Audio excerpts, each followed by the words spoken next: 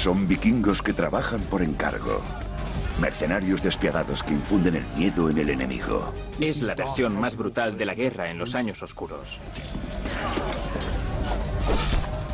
Hachas, espadas, escudos, lanzas. Son fuerzas especiales de élite al servicio de un gobernante extranjero. Conquistan territorios rebeldes por todo el gran imperio bizantino. Se les conoce como la Guardia Varega. Pero será un hombre en concreto quien consolide el lugar de este grupo en la historia. Harald Hardrada es el prototipo de vikingo de su época. Empleará tácticas que transformarán el arte de la guerra en todo el Mediterráneo. Nadie en su sano juicio querría asaltar una ciudad amurallada. Habitualmente estaba condenado al fracaso. La cadena de victorias de Hardrada situará a la Guardia Varega como una de las fuerzas especiales más extraordinarias de todos los tiempos.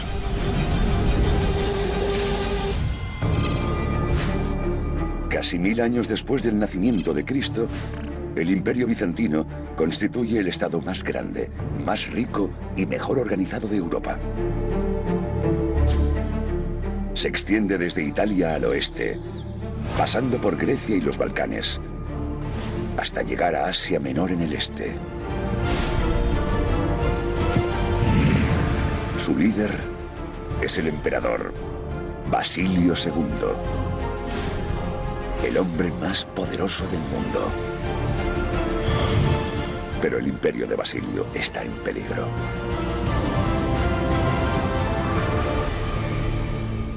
Al igual que en todos los imperios, y supongo que en el caso de todos los políticos, uno debe vigilar sus espaldas. Se produjeron una serie de revueltas muy importantes contra su legitimidad. Lo que necesita Basilio es un grupo de guerreros experimentados que puedan reprimir las revueltas internas y garantizar la seguridad de su imperio. Así que llega a un acuerdo.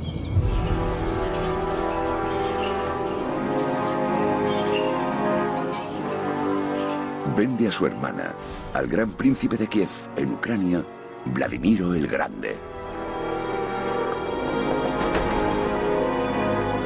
Vladimiro desciende de los vikingos suecos y gobierna lo que se conoce como la Rus. Vladimiro el Grande era un guerrero repulsivo. Era el prototipo de vikingo. Encarnaba todo lo que puede haber de desagradable en un individuo. Tenía 800 concubinas. Tenía docenas de esposas. Realizaba sacrificios humanos solo por capricho, para intimidar a sus agresores. Es decir, no había nada de positivo en aquel hombre.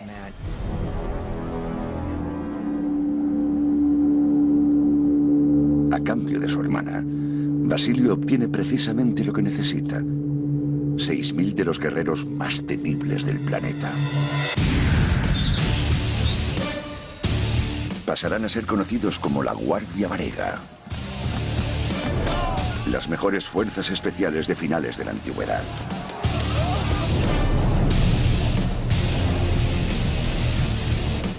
Originalmente, los vikingos de Escandinavia, sus antepasados, se habían forjado una reputación que se había extendido por toda Europa hasta llegar a oídos del mismísimo emperador. La mayoría de ellos eran los mismos que estaban sembrando el caos en Europa occidental. Al hablar de los vikingos, casi siempre pensamos en los ataques contra Inglaterra y en los vikingos que cruzaban el Mar del Norte. Durante unos 200 años, los vikingos han aterrorizado el norte y el oeste de Europa, haciéndose célebres por su búsqueda de riquezas y su insaciable apetito de violencia.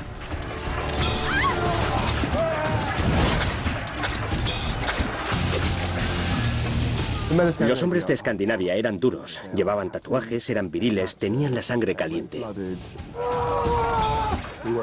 Eran guerreros despiadados que no se detenían ante nada a la hora de masacrar a sus oponentes.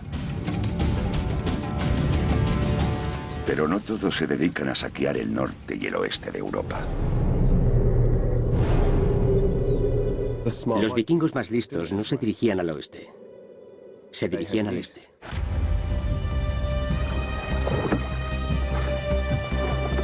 Les atrae la posibilidad de ganar enormes cantidades de dinero viajando a lo largo de los vastos ríos de lo que en la Edad Moderna llamamos Rusia. Esos sistemas fluviales son como arterias que traen el talento desde Escandinavia hasta Rusia, buscando trabajo. Pueden venderse como soldados de fortuna.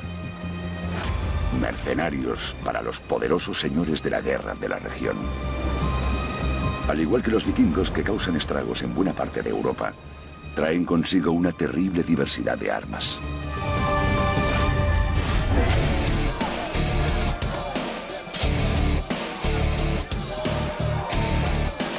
Su arma preferida era el hacha larga, que en realidad parecía más un cuchillo de carnicero que un hacha.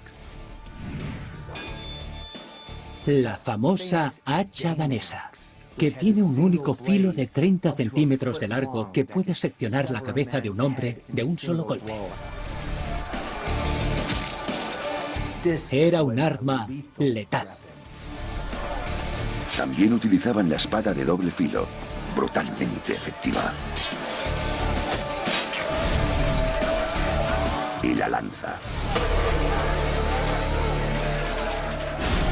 La lanza es muy fácil de transportar, no pesa mucho.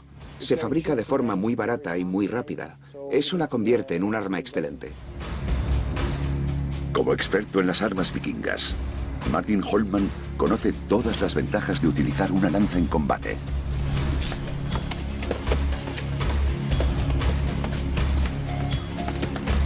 La lanza era muy útil. Podías utilizarla detrás de un escudo, sosteniendo el escudo tú mismo e intentando clavarla a la altura de la pierna o de la cabeza.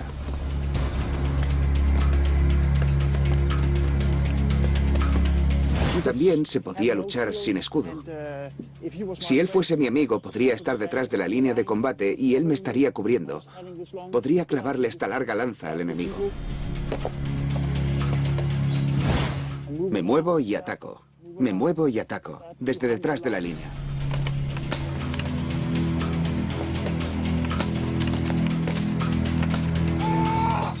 La verdadera tendría un tope aquí, para que al lanzarla contra otra persona no se te escapase del todo. Así podías recuperarla fácilmente de nuevo. Y seguir luchando.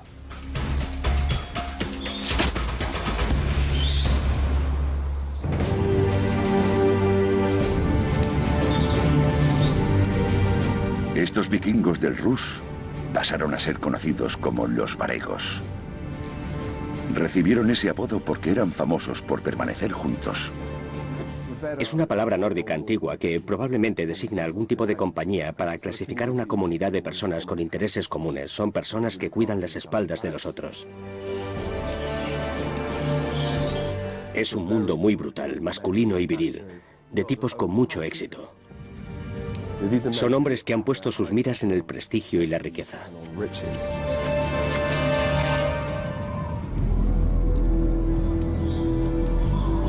Pero para estos hombres, servir en las frías y duras tierras de Ucrania no es suficiente.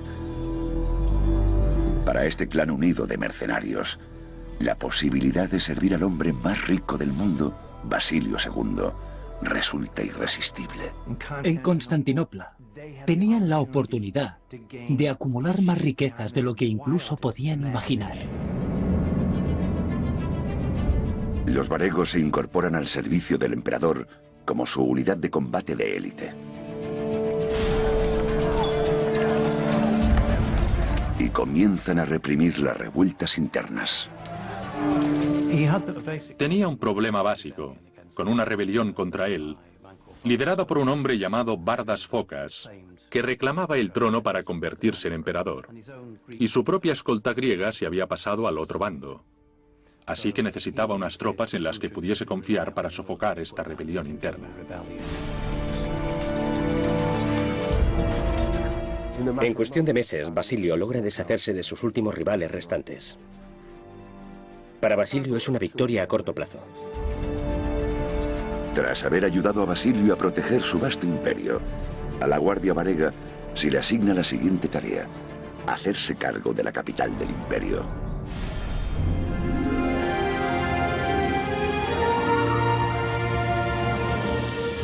La actual Estambul, Constantinopla, situada en el Bósforo, en el punto de unión de los continentes de Europa y Asia, constituye un importante mercado comercial. En el siglo XI, su magnificencia no tiene parangón. Constantinopla es la ciudad más impresionante, hermosa y relevante del Mediterráneo. Es la sensación, es una ciudad codiciada. Cuenta con iglesias de enorme tamaño y belleza. Desde el año 500 hasta el año 1500 es la ciudad más grande de Europa. En relación con las ciudades europeas cristianas, no hay absolutamente nada igual en términos de tamaño con una población de 500.000 de personas. Si lo analizamos desde la perspectiva de las ciudades inglesas en el mismo periodo, tal vez Londres podía llegar a alcanzar los 10.000 habitantes. Era un crisol de personas, de idiomas, de sonidos.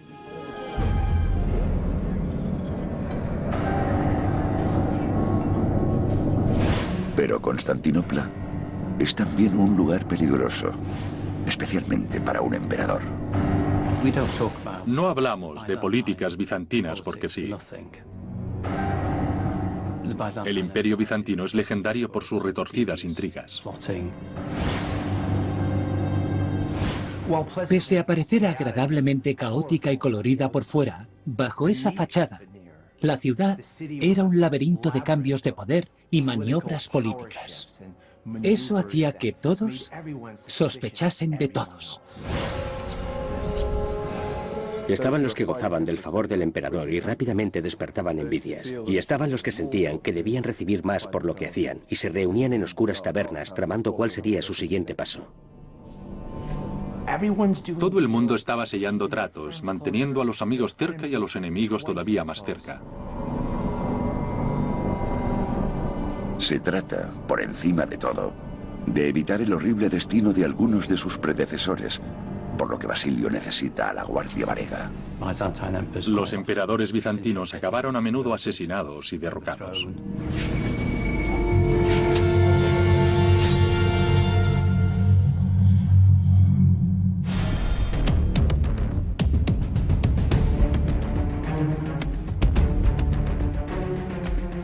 Así que la Guardia Varega se convierte en el equipo de protección de Basilio II. Tienen la misión de vigilar todos los edificios públicos importantes y siempre están apostados en los palacios imperiales del emperador. Le acompañan cuando asiste a la iglesia y en otras ocasiones formales. Están cerca del emperador. Pueden formar un anillo a su alrededor y moverle a través del palacio, como el cordón de servicios especiales que rodea a nuestros líderes hoy en día, como al presidente de los Estados Unidos.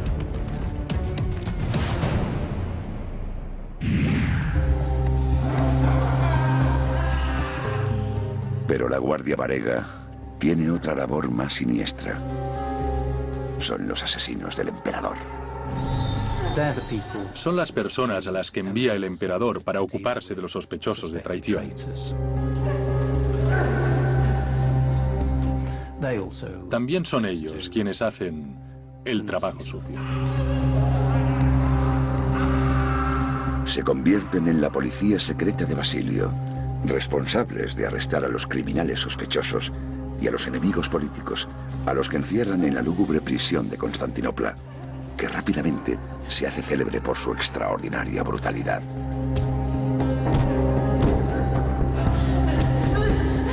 Hubo numerosos casos de intimidación y tortura. Era habitual cortarles la nariz o cortarles una oreja.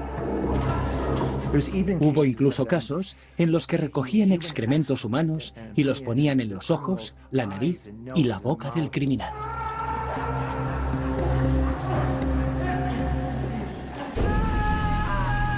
La privación de la vista es uno de los castigos favoritos de los varegos. Se cree que no les arrancaban físicamente los ojos ni utilizaban objetos para extraerlos. Se cree que en realidad utilizaban ácido. Y lo utilizaban para dañar la córnea. De este modo, las personas sufrían en cierto modo una ceguera funcional, pero no se quedaban ciegas al 100%. Probablemente podían percibir la diferencia entre la noche y el día. La castración era otro castigo bizantino popular. No cabe duda de que cuando se llevaba a cabo, probablemente eran ellos quienes sacaban las tijeras a pasear.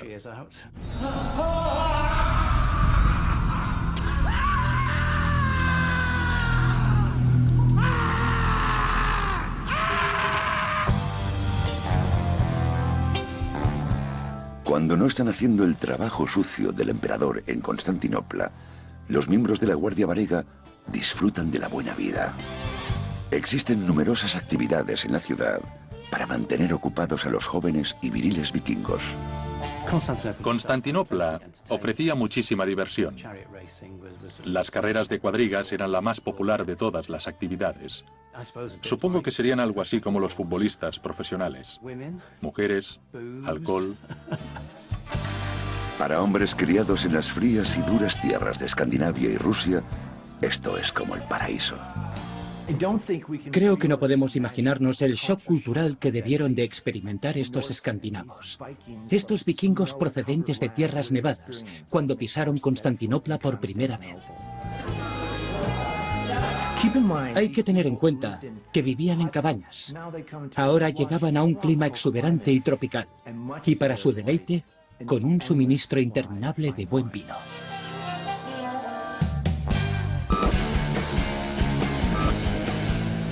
Para la élite aristocrática bizantina, el tosco comportamiento de la Guardia Imperial resulta escandaloso.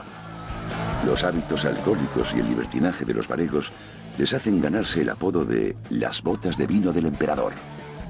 La gente corriente de Constantinopla observaba a la Guardia Varega con desconfianza. Y no se les podía culpar por ello. Estaban borrachos las 24 horas. Eran pendencieros. Hubo un famoso historiador y poeta que fue encarcelado. Escribió un poema sobre el hecho de que no podía dormir por las noches, porque esos tipos estaban chillando y gritando, causando un alboroto terrible.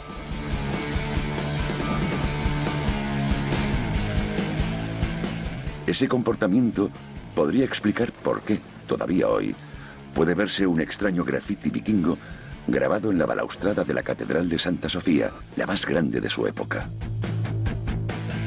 Supongo que ya sabemos cómo se comportan los hooligans del fútbol cuando salen de viaje.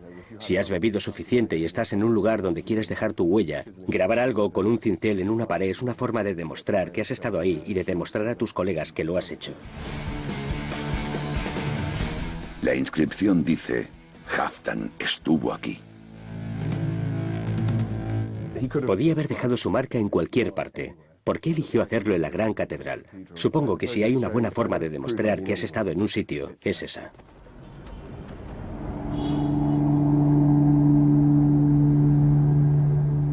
Puede que la Guardia Varega esté causando cierto alboroto en Constantinopla, pero Basilio II tiene otra misión para ellos. Ahora que ha estabilizado el imperio, quiere ampliarlo.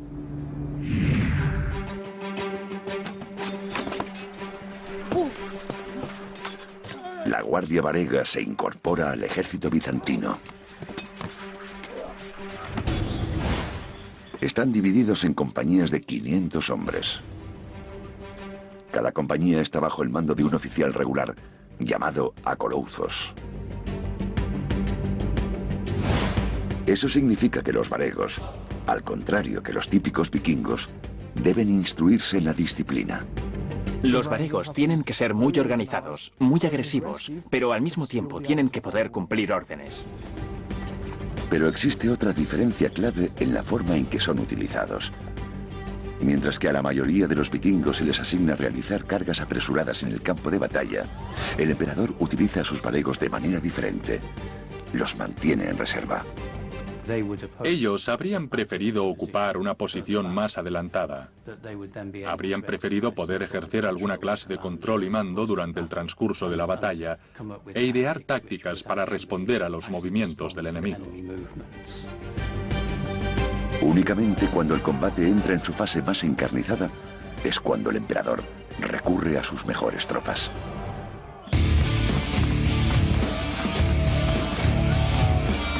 Comienzan golpeando sus escudos.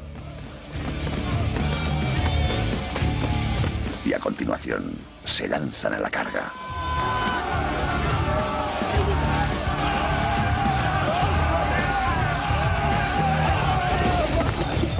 La información que nos ha llegado de los varegos repetidamente es que eran increíblemente valientes en combate.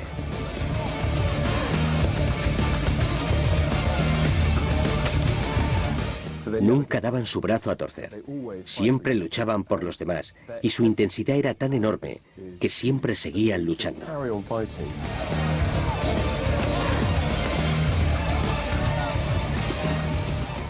Sus espadas siempre acababan goteando sangre. Y siempre seguían luchando hasta el mismísimo final.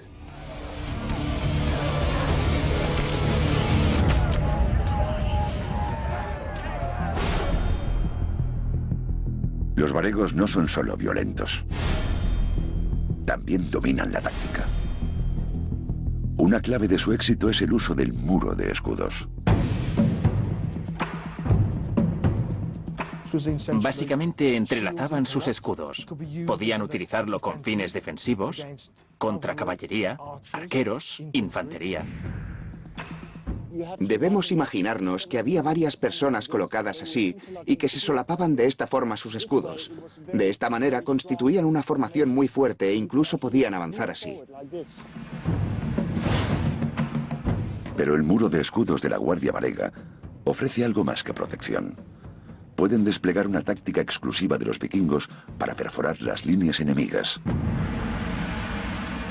El hocico del jabalí.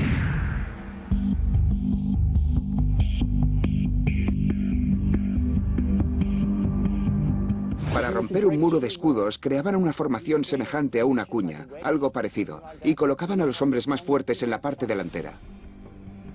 Al colocar a uno de sus guerreros de mayor tamaño y fiereza en el centro del muro y cargar contra el muro de escudos del oponente, su peso e ímpetu no solo sirve para atravesar las líneas enemigas, sino que desata el pánico entre sus filas. Probablemente eran más grandes y tenían armas muy pesadas, así que si corres con hachas grandes y atraviesas las líneas enemigas, podrás abrir un agujero.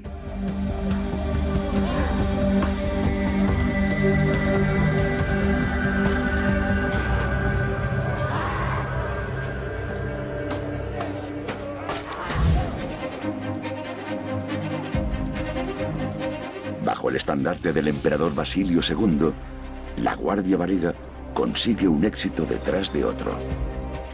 A menudo se ha sugerido que el reinado de Basilio II constituyó realmente la edad de oro del imperio, y eso se debió en buena parte a la Guardia. Mantiene a su ejército ocupado, ampliando las fronteras en pequeñas oleadas de forma constante hacia el exterior. Luchan valerosa y gloriosamente por su emperador e intervienen desde el frente en una serie de victorias en Siria, Georgia, Armenia, Bulgaria, Grecia, Macedonia y el sur de Italia. No solo aplastan a las facciones rebeldes del imperio, sino que incrementan su influencia a lo largo y ancho de este. En la literatura escandinava se describe a los varegos como gente increíblemente importante. Son ellos quienes mantienen el imperio unido y ganan todas las batallas, en Occidente, en Oriente y en el centro.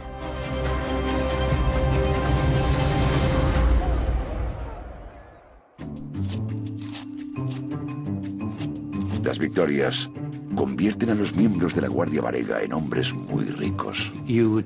Les pagaban el equivalente a entre 17.000 y 32.000 libras al año. Si un varego hubiese querido tener a una esclava virgen joven y muy hermosa para él solo, habría ido al mercado de esclavos y la habría comprado por unas 360 libras. Hasta la estimación más baja de su salario les habría otorgado un poder adquisitivo absolutamente enorme en Constantinopla. Además de su salario mensual, la Guardia Varega recibe habitualmente gratificaciones y un tercio de todos los botines de guerra. Y todavía hay más ventajas. La comida está pagada, te proporcionan todas las armas y además son armas de la mejor calidad porque el emperador quiere que tengas un aspecto magnífico.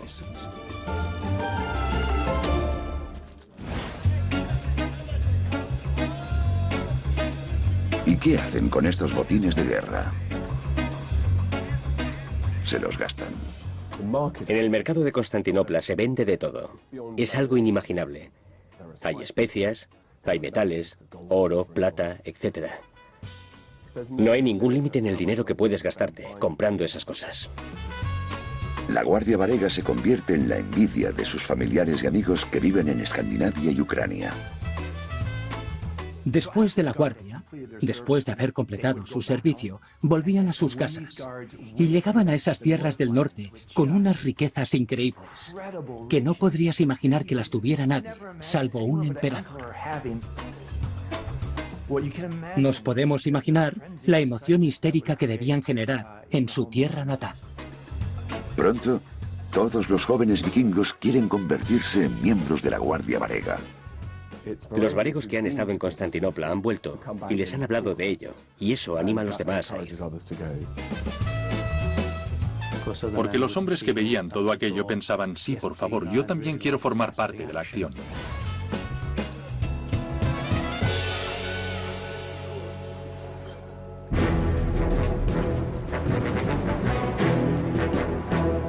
En los primeros años del siglo XI, son cada vez más los mercenarios vikingos dispuestos a unirse al club. El éxito del que gozaban demostró ser el mejor impulso posible para la contratación.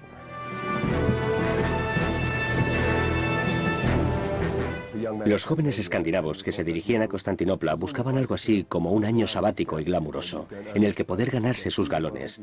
Podían conocer el mundo, percibir visiones y sonidos que nunca habían visto antes, podían convertirse en tipos de perfil militar y alardear de sus tatuajes y su destreza. La idea básica es que si eres leal, si eres bueno, puedes ganarte tu sustento y ascender en la jerarquía del sistema. Entre quienes se abren paso desde Rusia está un guerrero vikingo que llevará a la Guardia Varega a cotas completamente nuevas.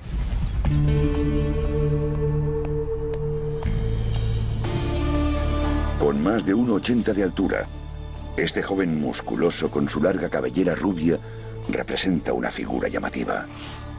Se llama Harald Hardrada. Harald Hardrada es el prototipo de vikingo de su época. Es una estrella de rock. Es el chico del calendario del periodo varego. Hardrada ha luchado desde los 15 años, cuando presenció la muerte de su hermano, el rey Olaf, a manos de los insurgentes en Noruega. Olaf fue asesinado en plena batalla por los rebeldes, y Harald lo vio con sus propios ojos. No era solo su hermanastro, el rey, también era el espejo en el que se miraba. Eso se quedó clavado en su memoria. Una mala batalla cambia su vida. Exiliado de Noruega, Harald escapa a Suecia y viaja hasta el refugio seguro de Kiev, el hogar de la Rus de los vikingos. Allí es contratado como mercenario por el nuevo gobernante de Kiev, el príncipe Yaroslav I, el hijo de Vladimiro el Grande, y rápidamente demuestra su valor. Su destreza y sus servicios son muy valorados por Yaroslav, que identifica en Harald a un hombre valiente y muy competente, ambicioso y con buenos contactos, que tiene una espina clavada. Es un hombre que siente realmente el dolor de haber sido excluido del poder por hombres que considera menos valiosos que él.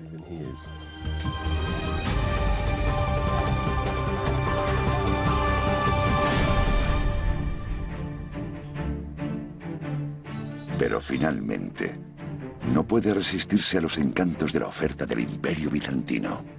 Al ser un hombre de sangre real, tenía carisma. La gente le habría seguido solo por eso. Así que pudo viajar hasta Constantinopla con una incipiente fuerza de seguidores armados.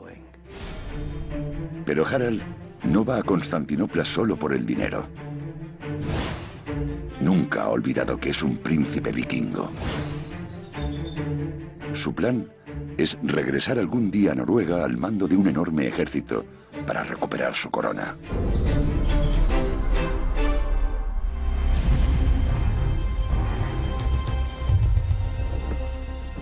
En torno al año 1033 después de Cristo, Harald y sus hombres se embarcan en un viaje de 1 año de duración por los ríos rusos, con el propósito de unirse a la guardia del emperador. Llegan justo en el momento adecuado.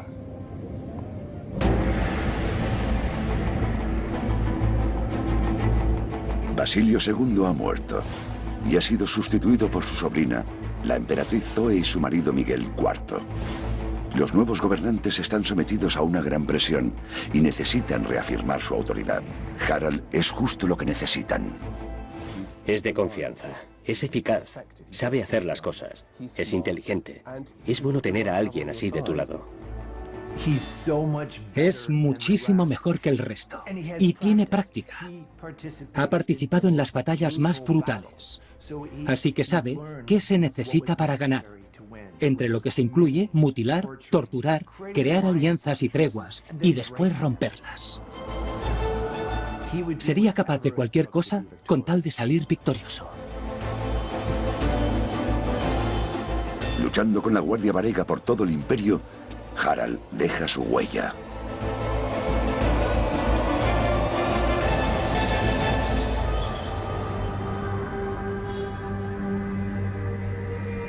Pero el problema de Zoe y Miguel es que necesitan algo más para mantener el imperio unido.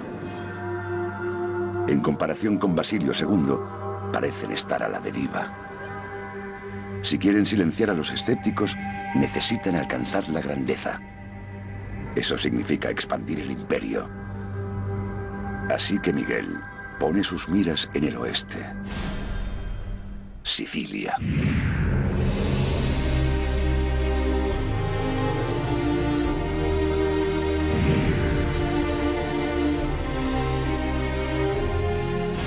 El objetivo al atacar Sicilia es recuperar las provincias occidentales del Imperio Bizantino. Durante siglos, Sicilia había estado bajo el gobierno bizantino. Sicilia es la rueda sobre la que gira el Mediterráneo. Es un gran punto de encuentro entre los mundos islámico, griego y latino. Controla los accesos al este y al oeste del Mediterráneo y es una zona comercial extremadamente importante.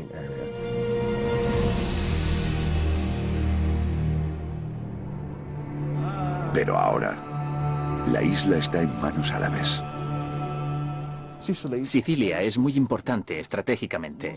Deben capturarla. Si quieren controlar los transportes hacia el oeste del Mediterráneo, Sicilia es fundamental. Y para el Imperio Bizantino, el comercio es fundamental. También para el prestigio del imperio.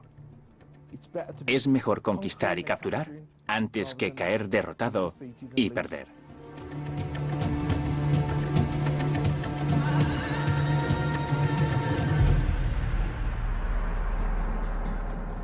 Harald desembarca y descubre que los árabes están preparados.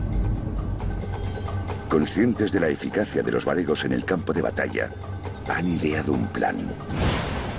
Se han replegado detrás de sólidas fortificaciones.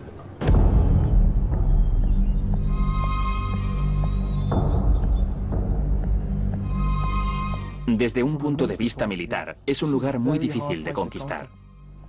Las ciudades están bien construidas, bien fortificadas, con grandes murallas y zanjas en muchos casos, y una ciudadela que puede resistir durante un largo tiempo. En la Edad Media, construían murallas porque funcionaban. Los castillos, las ciudades fortificadas, rara vez eran conquistadas. En términos de estrategia, los árabes les han tomado la delantera. En una época anterior a la pólvora de los cañones, el defensor gozaba de todas las ventajas, así que el atacante debía esperar sentado y confiar en que, a causa de un largo asedio, tal vez se propagase una enfermedad o que la ciudad se quedase sin provisiones. Nadie en su sano juicio querría asaltar una ciudad amurallada con gente lanzando piedras, vertiendo agua hirviendo y arrojando lanzas. Era algo absolutamente plagado de peligros y casi siempre condenado al fracaso.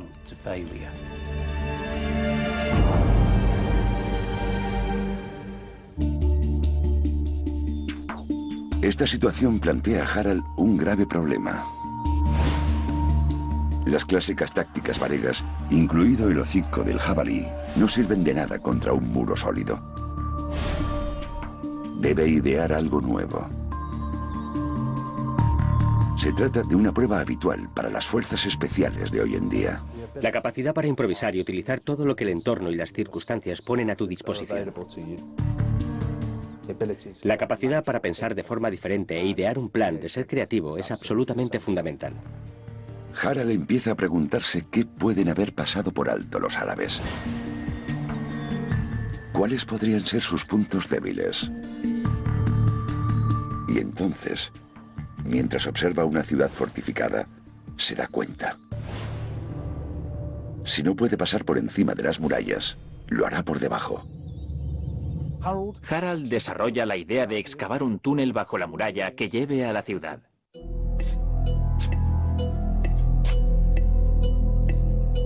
Lejos de la vista de los muros de la ciudad, Harald elige un lugar cercano a un río y su guardia varega se pone manos a la obra. En lugar de dejar enormes montículos de tierra por todas partes que delatarían sus intenciones, esparcen la tierra en la corriente para que la corriente la arrastre y destruya todas las pruebas.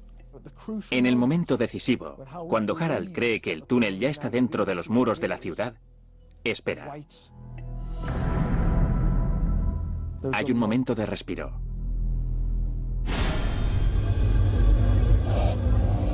Los varegos están esperando el momento perfecto para coger a su enemigo desprevenido.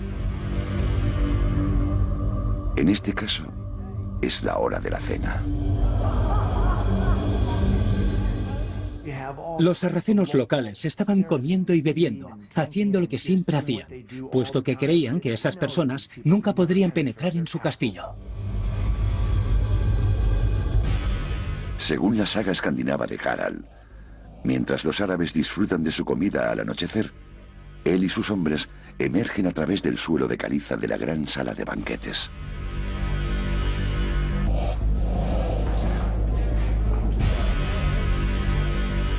Los varegos llevan a cabo su mortífero trabajo.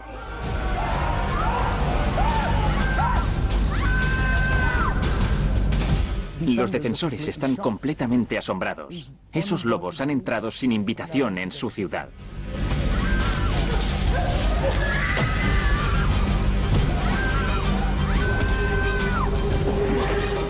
Empezaron a masacrar a aquellas personas. Se acabó. La ciudad era suya.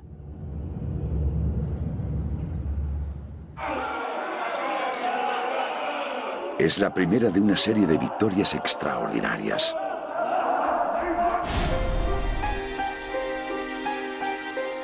Frente a una nueva fortificación, los métodos de Harald son todavía más astutos. En esta ocasión, toma prestada una idea de los antiguos griegos. Uno de los relatos se asemeja a la famosa historia del caballo de Troya. Creó la impresión de algo que no era lo que parecía. En otras palabras, creó la impresión de que se estaba muriendo. Harald finge estar enfermo. Ubica su tienda lejos del principal campamento bizantino, para que los defensores puedan ver a los soldados entrando y saliendo de la tienda constantemente. El truco de Harald funciona a las 1000 maravillas.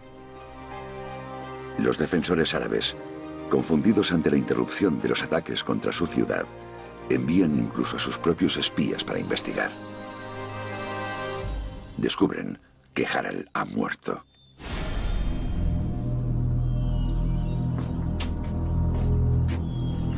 Una delegación de varegos es enviada a la ciudad para realizar una solicitud sorprendente. Les dicen a los ciudadanos: es importante para nosotros enterrar a nuestro líder como corresponde y nos gustaría enterrarlo en vuestra iglesia. Estamos dispuestos a pagar generosamente si accedéis.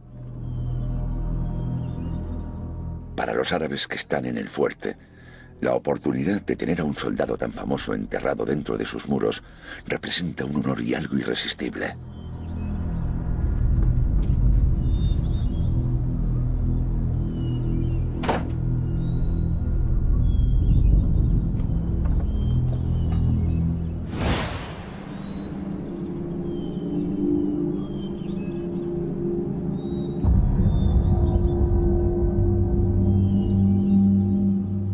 Los varegos transportan el ataúd mediante una ceremonia religiosa, con sacerdotes y otras personas de la ciudad.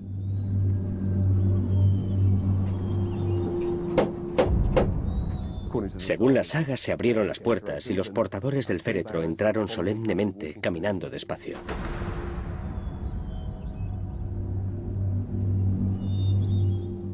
Dejan el ataúd sobre el suelo. Y así impiden que se cierren las puertas.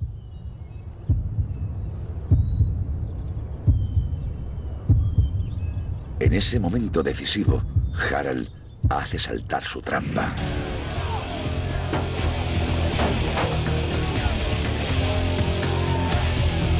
Los guardias varegos sacan sus armas de debajo de sus ropas ceremoniales. Hacen sonar el zafarrancho de combate. Se desata el caos.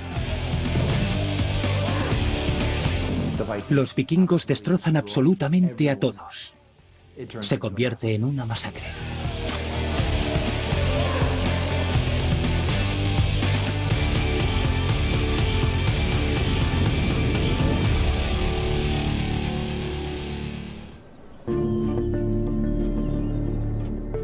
Pero es en otra ciudad fortificada, donde a Harald se le ocurre el más ingenioso de todos los planes. Harald ha asediado la ciudad sin suerte. Una vez más, se enfrenta a un fuerte firmemente defendido, con muros de piedra anchos y elevados. Y lo que es peor, su enemigo árabe goza de provisiones abundantes. Es imposible que el hambre les obligue a rendirse. De nuevo, Harald necesita utilizar el cerebro y no el músculo. Permanece sentado durante días, observando. Cualquier información de inteligencia que pueda servirte de ayuda en un asalto es fundamental.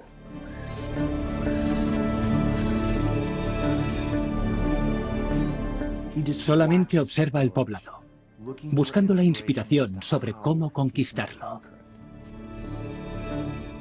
Toda buena labor de vigilancia o reconocimiento busca siempre debilidades o rutinas fuertemente consolidadas.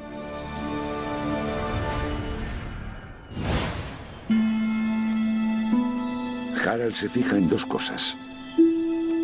Los hogares que están dentro de los muros de la ciudad tienen techos de paja. Y segundo, los pájaros que están anidando en los alerones de dichas casas. Observa que los gorriones vuelan cada día, desde los tejados de paja del poblado hasta los campos, y vuelven otra vez por la noche.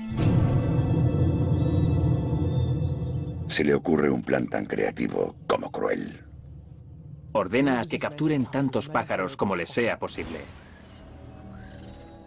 Una vez capturados, les atan pequeñas astillas de madera a las patas y posteriormente los embadurnan con alquitrán. Harald prende fuego a las astillas de madera y libera a los pájaros.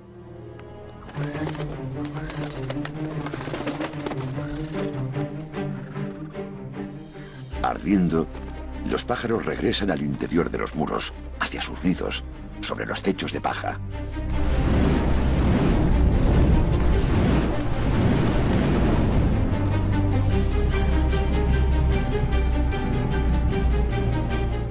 Es una estrategia brillante y funciona.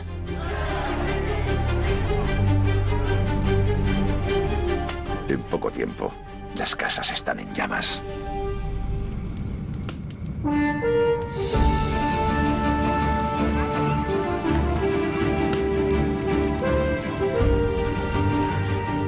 Tal y como Harald había previsto, los habitantes árabes huyen despavoridos y se rinden sin oponer resistencia. Los defensores obviamente estaban muertos de miedo, viendo toda su ciudad en llamas, y se rindieron ante los varegos.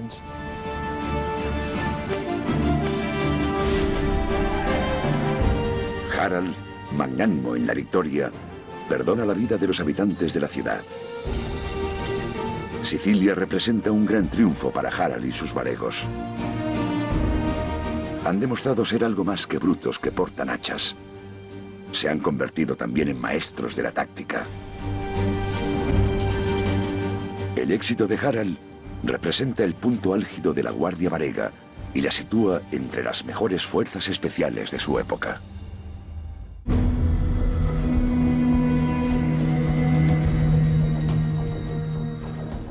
Pero tras 9 ajetreados años de servicio, la carrera de Harald no termina bien. Es encarcelado por malversar las riquezas imperiales. Harald escapa finalmente de Constantinopla a Kiev y posteriormente a Noruega, donde se convierte en rey en el año 1046. Pero recuperar Noruega no es suficiente. 20 años después, en el 1066, Harald Hardrada es asesinado cuando intenta recuperar el trono de Inglaterra en la batalla de Stamford Bridge.